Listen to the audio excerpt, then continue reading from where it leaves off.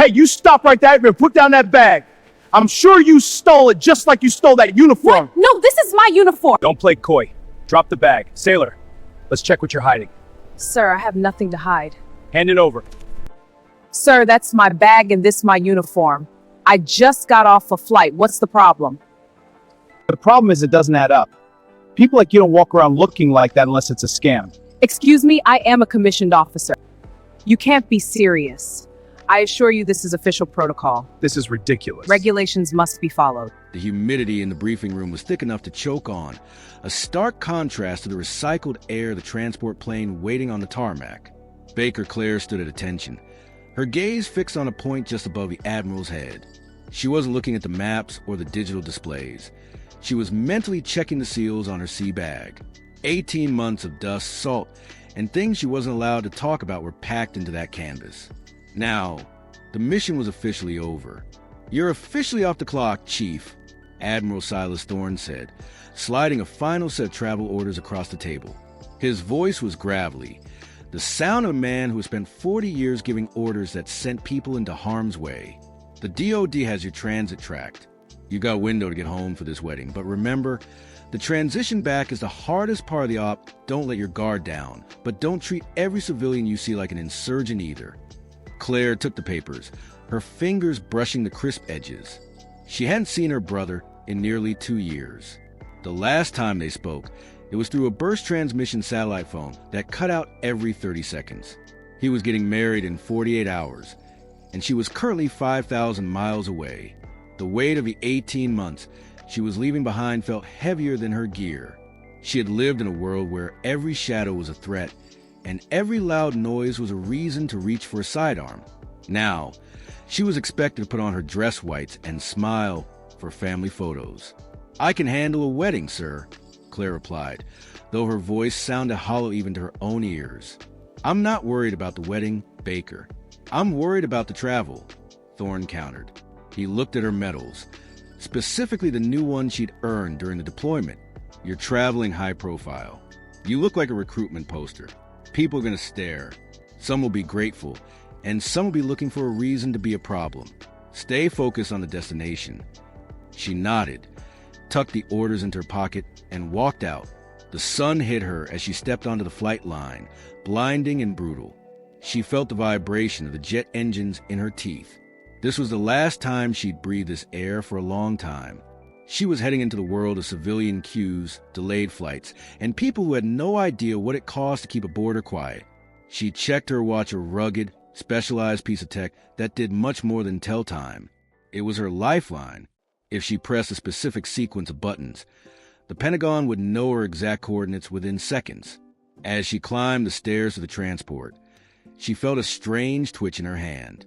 It was the switch, the internal toggle between the warrior and the traveler. She tried to flip it to off, but it stuck halfway. She was going home, but she was bringing the war with her in the way she scanned the perimeter. She just wanted a quiet flight, a cold drink, and to see her brother walk down the aisle. She had no idea that her real test wasn't going to happen in a desert, but in a terminal full of people who saw her uniform as a target rather than a shield. Harris Edward leaned against a concrete pillar near the entrance to the Delta Sky Club, his thumbs tucked into his duty belt. He wasn't looking for security threats. He was looking for a moment to feel important. The airport was a revolving door of people who had more money and more places to go than he did, and that friction had turned into a permanent grudge. He scanned the crowd, dismissing the families and the businessmen in rumpled suits, until his eyes locked onto a sharp, white silhouette standing near the departure board. It was Baker Clare. She was standing perfectly still, her posture so upright it looked painful to maintain. To anyone else, she looked like a model of military discipline, but to Edward, she looked like a challenge. He took in the crispness of her dress whites, the rows of colorful ribbons on her chest, and the way her eyes moved, not with the scattered anxiety of a traveler, but with the systematic precision of a hunter. "Look at this one," Edward muttered to himself. He'd seen people try to fake the uniform before, usually for an upgrade or a bit of attention. But this felt different. She wasn't asking for anything. She was just existing in a way that made him feel small. He watched as she checked her watch, a bulky, matte black piece of gear that didn't match the elegance of her uniform. That was the hook he needed. Edward began to walk toward her, his heavy boots clacking on the linoleum. He deliberately chose a path that would force other travelers to scramble out of his way, feeling the surge of adrenaline he got whenever he exerted his authority. He watched Claire as he closed the distance. She didn't turn her head, but he saw her shoulders tighten. She knew he was coming. He didn't start with a greeting. He stopped 3 feet from her, invading her personal space, and let his gaze travel slowly from her shoes to her cap. He wanted her to feel the weight of his scrutiny. He saw the name tag, Claire, and the rank insignia, but he chose to ignore them. To Edward, she wasn't a chief petty officer. She was a target. "You got some ID for that outfit, lady?" he asked, his voice intentionally loud enough to make a few nearby passengers stop and look. Claire turned her head slowly, meeting his eyes with a flat, unblinking stare that would have unnerved a smarter man. She didn't move her hands. She didn't reach for her bag. She just looked at him, measuring the threat. Edward felt a flicker of irritation at her lack of fear. He shifted his weight, his hand hovering near his hip. He was looking for a crack in the armor, a sign of hesitation he could exploit to prove that he was the one in charge of this terminal. "I asked for your ID, and I'm not going to ask again," Harris Edward said, stepping closer until his chest almost brushed the edge of Baker Clare's shoulder. He raised his voice, intentionally drawing the attention of travelers huddled around Gate B12. "We had a lot of people coming through here, lately playing dress-up. This uniform looks a little too crisp. These medals look a little too shiny. You expect me to believe a woman your age has earned a Navy Cross and 3 Bronze Stars." Claire didn't flinch. She kept her hands visible, fingers straight, just as she had been trained to do when dealing with unpredictable hostiles. "My military ID and travel orders were verified at the security checkpoint, officer. I'm currently on official transit. If there's a legitimate security concern, I'd be happy to speak with your supervisor." Edward let out a short, mocking laugh that echoed off the terminal walls. "My supervisor? You're talking to the law here, sweetheart. And the law says those ribbons look like something you bought at a surplus store. You're standing here in first-class boarding, blocking the way for actual paying customers, wearing a costume you didn't earn. That's called stolen valor. It's a federal crime, and I'm about 5 seconds away from taking you down to processing." A few passengers started pulling out their phones, the glow of recording screens reflecting in the glass behind them. Edward saw the cameras and leaned into performance. He pointed a thick, accusatory finger at the gold SEAL Trident pinned above her ribbons. "This especially. You know what it takes to earn one of these? My cousin was a Navy diver. He couldn't make the cut. And you want me to believe you're a team member? You're a liar and a fraud." "Officer Edward," Claire said, her voice dropping to a low, dangerous frequency that usually made grown men stop in their tracks. "You are interfering with a Department of Defense asset during an active transit window. I am giving you the opportunity to step back and resume your patrol." "Asset? You're a liar in a white suit," Edward hissed, his face turning a dark shade of red. He was frustrated that he couldn't get her to cry or stumble over her words. He reached out, his hand grasping for the travel documents she held firmly against her side. "Give me those papers. Now, or I'm putting you in cuffs right here in front of everybody." Claire didn't move, but the atmosphere around her shifted. She wasn't looking at Edward anymore. She was looking through him, calculating the exact distance between his reaching hand and the concrete floor. Harris Edward didn't wait for an answer. He lunged forward, grabbing Baker Clare's upper arm with a grip meant to bruise. When she didn't stumble, his frustration boiled over into a blind, physical snap. He spun her hard, driving his weight into her shoulder and slamming her back against the thick glass partition of the boarding gate. The impact was a dull, heavy thud that made the entire pane vibrate in its metal frame. Claire's head whipped back, narrowly missing the glass, while her service medals clattered against her chest, the metal-on-metal sound sharp enough to be heard over the terminal's white noise. "Hands behind your back. Now!" Edward screamed, shoving his forearm into her throat to pin her. He was sweating now, his face inches from hers, breathing his aggression into her space. Claire didn't fight back. She didn't use the 3 different ways she had already mapped out to break his windpipe or shatter his knee. Instead, She went completely limp, a tactical choice that forced Edward to take all her weight, making him look even more unstable to the crowd of onlookers. As her left hand was pressed against the glass, she reached across with her right thumb and pressed a recessed button on the side of her matte black watch, followed by 2 quick taps on the screen. The watch didn't make a sound. There was no flash of light. But 3,000 miles away, in a windowless room in Virginia, a terminal screen turned blood red.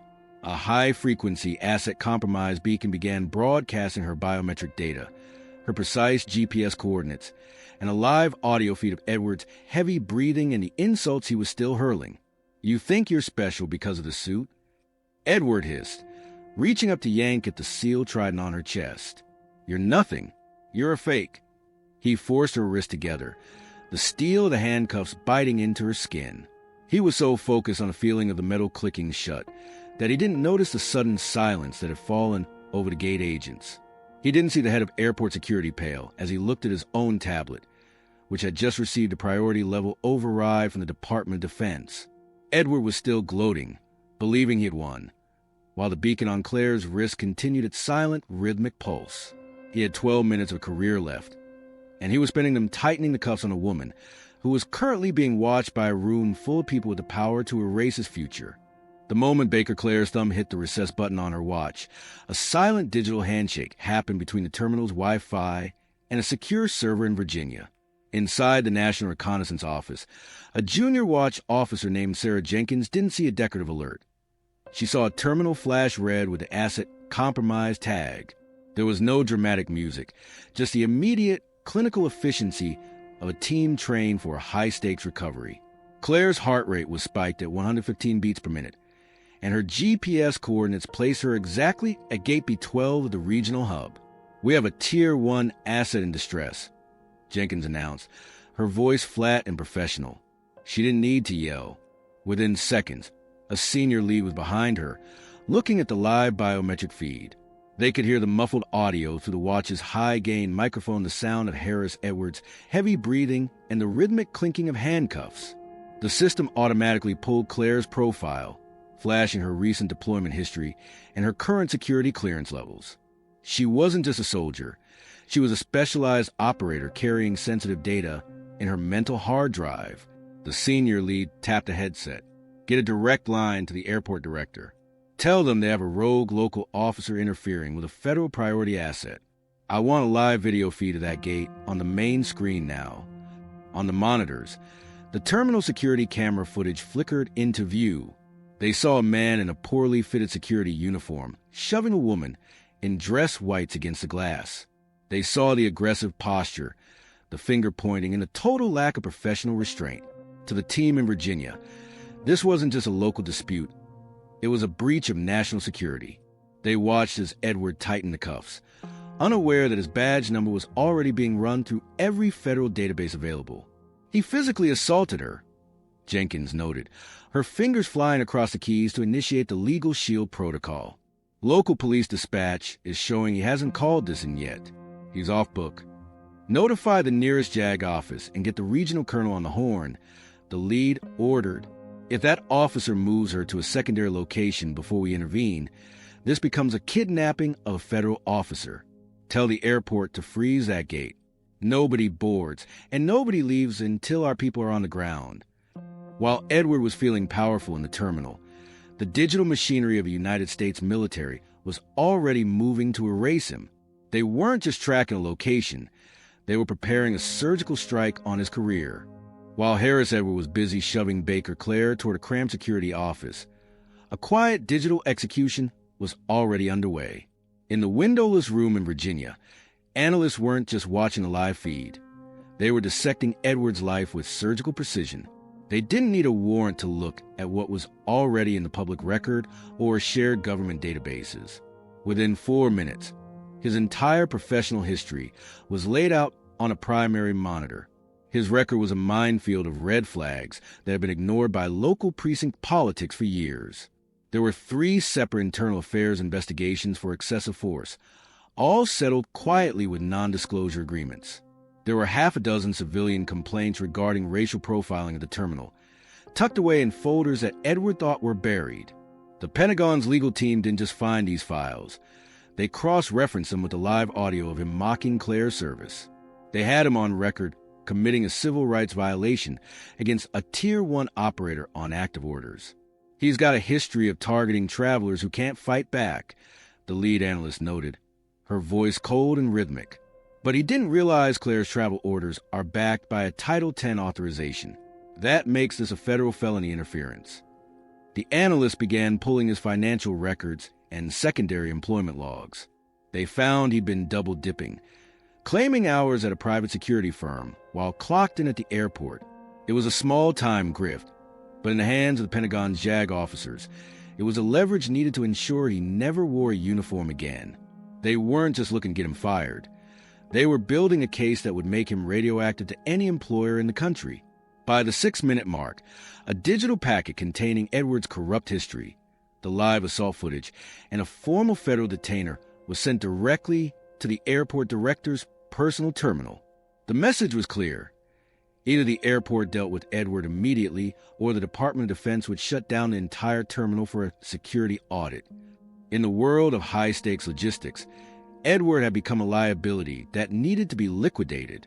He was still gloating in the hallway, unaware that on paper, he had already ceased to exist as a law enforcement officer. The heavy steel door of the airport security annex didn't just open. It was thrown back with violence that made the frames rattle. Harris Edward, who had been leaning over a desk filling out a falsified incident report, jumped at the sound. He started to bark a command about restricted access, but the words died in his throat when he saw who was standing in the corridor. Director Solly, the man who ran the entire airport infrastructure, was white-faced and trembling with a mixture of rage and sheer terror. Beside him stood a man who looked like he'd been carved out of granite, Colonel Jackson Vane. The colonel wasn't in ceremonial uniform. He was in operational fatigues, and he was flanked by 2 stone-faced MPs who didn't look like they were there for a friendly chat. "Edward, get away from her. Right now." Solly managed to choke out, his voice cracking. Edward looked from his boss to the colonel, his brain struggling to catch up. "Director, I've got this under control. This woman is a fraud. I'm just processing the paperwork for her." "Shut your mouth," Colonel Vane said. The volume wasn't high, but the authority in it was absolute. He walked past Edward as if the man were made of air and went straight to Baker Clare, who was still handcuffed to a wall-mounted rail. He didn't ask if she was okay. He saw the red marks on her wrists and the smudge of dust on her white shoulder from the glass partition. "Chief Clare, I am Colonel Jackson Vane. On behalf of the Department of Defense, I am taking command of the scene." "Sir," Clare acknowledged, her voice steady, though her breathing was shallow. Vane turned his gaze to Edward. The look in the colonel's eyes was clinical, the way a scientist looks at a specimen they are about to dissect. "You have exactly 10 seconds to produce the key to those restraints before my men remove them by other means. And then you're going to stand in that corner and wait for the federal marshals who are currently 3 minutes from the tarmac. You can't do this.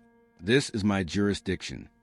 Edward shouted, his voice rising in a desperate attempt to reclaim the power that was evaporating in real time. Director Solly stepped forward, shoved a digital tablet into Edward's face, and hissed, "There is no jurisdiction, Harris. The Pentagon just sent over your entire file. The IA settlements, the time card fraud, the body cam footage you lost last year. They have everything.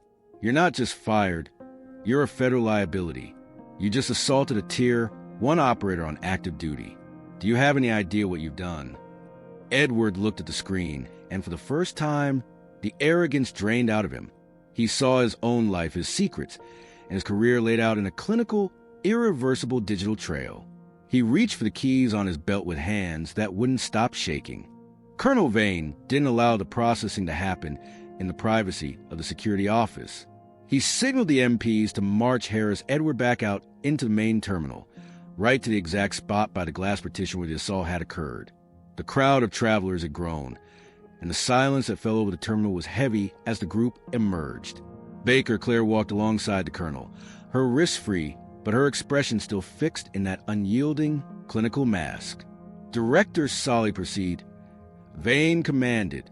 Solly stepped forward in front of the gathered crowd and the dozens of recording phone cameras. His voice was no longer trembling. It was sharp and final. Harris Edward, by the authority vested in the airport directorate, and following a summary review of your conduct and previous undisclosed departmental violations, your employment is terminated effectively immediately. You are being stripped of your authority for cause. One of the MPs stepped into Edward's personal space. With practiced, aggressive efficiency, he reached out and tore the metal badge from Edward's uniform shirt, leaving jagged holes in the fabric. He then unholstered Edward's sidearm, cleared the chamber with a metallic snap that echoed to the gate area, and secured the weapon. Edward stood there, his arms hanging limp at his sides, his face a ghostly shade of gray. The uniform had been his shield, and his weapon was now just a set of cheap, torn clothes. You're a disgrace to the badge you wore and a threat to the citizens you were supposed to protect, Solly said, loud enough for every passenger to hear. The travelers who had been bullied and barked at only minutes prior began to murmur. A few started to clap. Edward tried to look away, but everywhere he turned, he met the lenses of cameras capturing his total public dismantling. The power he had spent years building through intimidation had vanished in a 12-minute window. He wasn't the law anymore. He was a man being escorted out of his own workplace in front of the very people he had tried to belittle. Vane leaned in close to Edward, his voice a low, lethal whisper. You targeted a national asset because you thought she was an easy mark. You thought you could hide behind a badge. But in the real world, actions have a direct and equal reaction. This is yours. The MPs turned Edward around and forced his hands behind his back. The sound of his own steel handcuffs clicking shut, the same pair he'd used on Clare, marked the end of his life as he knew it. As they led him away toward the waiting federal marshals, he passed the first-class boarding line. He didn't look like a predator anymore. He looked small, broken, and entirely irrelevant. The tires of the black SUV crunched on the gravel driveway of the Coastal, and just as the sun began to dip below the horizon, Baker Clare stepped out, the crisp evening air hitting her face a sharp, clean contrast to the pressurized cabin of the private transport Colonel Vane had arranged.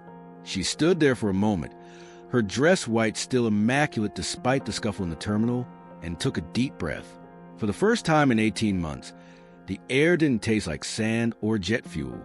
She could hear the muffled sounds of laughter and the clinking of silverware coming from the garden. Her hand instinctively went to her wrist, checking the watch. The asset compromise alert had been cleared hours ago. The Pentagon was satisfied. Harris Edward was in federal custody, and the world had moved on. But her internal switch was still jammed. She felt like a foreign object, a precision tool trying to fit into a landscape of soft edges and casual joy. She walked toward the garden gate, her gait still measured and tactical. When she rounded the corner, the rehearsal dinner was in full swing. Her brother, David, stood near a trellis, gesturing wildly as he told a story to his fiancée. He looked younger than she remembered, his face free of the lines that now etched the corners of her own eyes. Someone dropped a glass. The sharp crack of it hitting the stone floor sent a jolt of electricity through Claire's spine. Her muscles coiled, her eyes instantly darting to the nearest exit and scanning perimeter for a secondary threat. It took 3 long seconds for her brain to register that it was just a clumsy waiter and not an opening salvo. David turned at the sound, and that's when he saw her. The laughter died on his lips, replaced by a look of pure, unfiltered shock. "Baker," he whispered, then louder, "Baker!" He ran toward her, covering the distance in a few frantic strides. When he threw his arms around her, Claire felt herself go rigid. Her emotional frostbite was a physical barrier, a shield she had built to survive places where being soft meant being dead. But David didn't let go. He squeezed harder, burying his face in her shoulder, and the smell of his laundry detergent and the familiar salt of the nearby ocean began to do what no military briefing could. The ice cracked. Claire felt the tension drain out of her neck, then her shoulders, then her hands. She let out a breath she felt like she'd been holding since she left the flight line in Virginia. Her arms came up, slowly at first, and then she gripped him back, her fingers digging into his suit jacket. "I made it," she murmured into his ear, her voice finally losing its clinical edge. "I'm here." The rest of her family converged on them, a sea of warm hands and tearful greetings. For the first time in years, Claire wasn't scanning the crowd for a target or looking for the fastest way to neutralize a threat. She was just a sister, a daughter, and a guest. The mission was finally over, and as she looked at her brother's beaming face, she realized that while her training had saved her career in that terminal, it was this messy, quiet humanity that was actually worth coming home to.